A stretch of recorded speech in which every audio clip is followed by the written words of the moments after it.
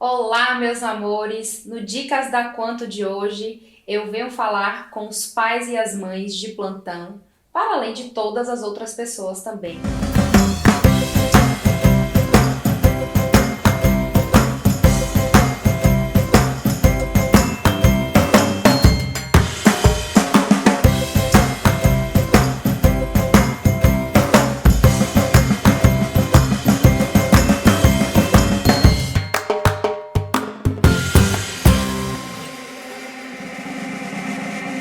Recebido bastante adolescentes e os adolescentes têm sofrido bastante com crises de pânico e crises de ansiedade. Quando os adolescentes acabam passando por um processo como esse, é um pouco mais complexo e por vezes um pouco mais demorado o processo evolutivo, porque eles não têm um autoconhecimento ainda o suficiente para compreender o que está sendo gatilho para gerar aquelas sensações, aquele desequilíbrio a nível emocional, causando os sintomas fisiológicos. E muitas vezes os pais buscam o processo terapêutico a fim dessa resposta e de um maior esclarecimento, que só poderá vir com o tempo, a partir do momento em que o paciente vincula com esse psicólogo que o atende. À medida em que vai se estabelecendo uma relação de confiança, a gente vai conseguindo fazer um excelente trabalho e muitas vezes acolhendo esse indivíduo na sua totalidade, fazendo com que, muitas vezes, esses sintomas desapareçam completamente. Claro que utilizando de várias técnicas, não só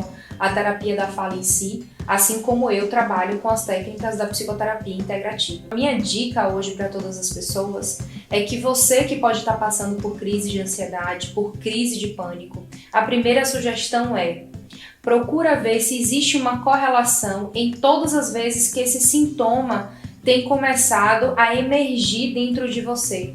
É sempre quando você vai para um lugar específico? É sempre quando você passa por uma situação que desencadeia uma emoção específica? É sempre quando você se estressa? Ou quando você sempre está triste? Ou quando você sempre está com medo?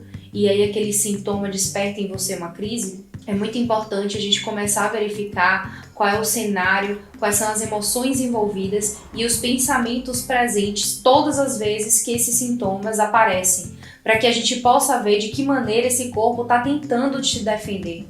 O nosso corpo é uma máquina perfeita e ele está o tempo inteiro tentando trabalhar para dar conta daquilo que muitas vezes nós, enquanto indivíduos, não estamos conseguindo mais suportar ou dar conta de digerir emocionalmente e psicologicamente falando.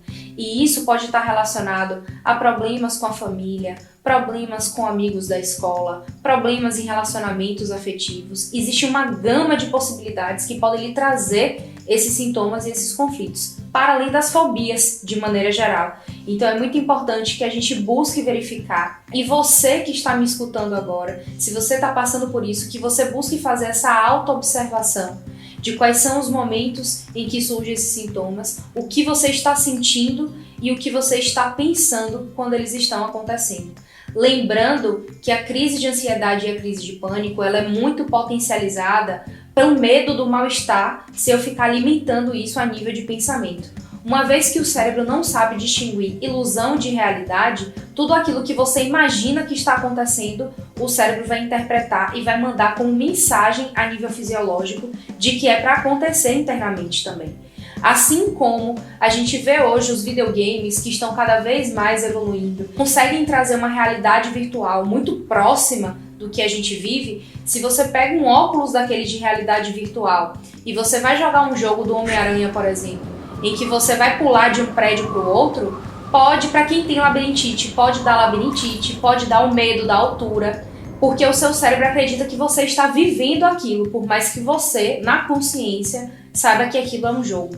Da mesma maneira acontece nas crises de pânico e crises de ansiedade. Muitas vezes elas emergem por a gente acreditar que naquele momento a gente não vai ter suporte, se a gente passar mal a gente não tem como ser socorrido, como pedir ajuda, e com isso a gente vai ficando cada vez mais em pânico, cada vez mais com a crise de ansiedade emergindo a nível interno. se eu continuar alimentando esse pensamento que é irracional, uma vez que se a gente pensar que eu posso gritar, eu posso chamar a atenção de alguém, eu posso ver se tem alguém ao meu redor, eu posso usar o meu telefone para ligar para alguém, a gente vai perceber que a gente tem vários recursos para contar naquele momento para ajudar a gente a lidar com aquela crise. Mas o pensamento que vem sempre é muito irracional e se a gente não se atentar, a não alimentar e não potencializar isso da gente, fica bem difícil a gente conseguir equilibrar e dar conta de passar por esse processo, trazendo o corpo para esse processo de autorregulação e compreendendo qual é a realidade aqui agora que eu estou vivendo e que eu posso me amparar nela para voltar para o meu eixo e para o meu equilíbrio. Essas são as dicas da Quanto para você hoje. Espero poder estar te ajudando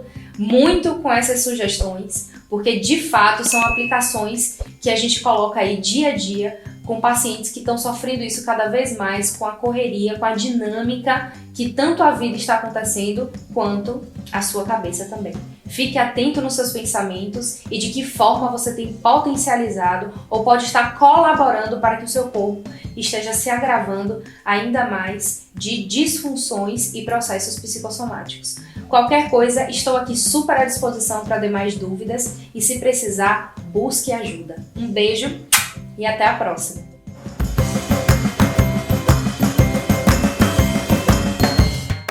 Um beijo e até a próxima!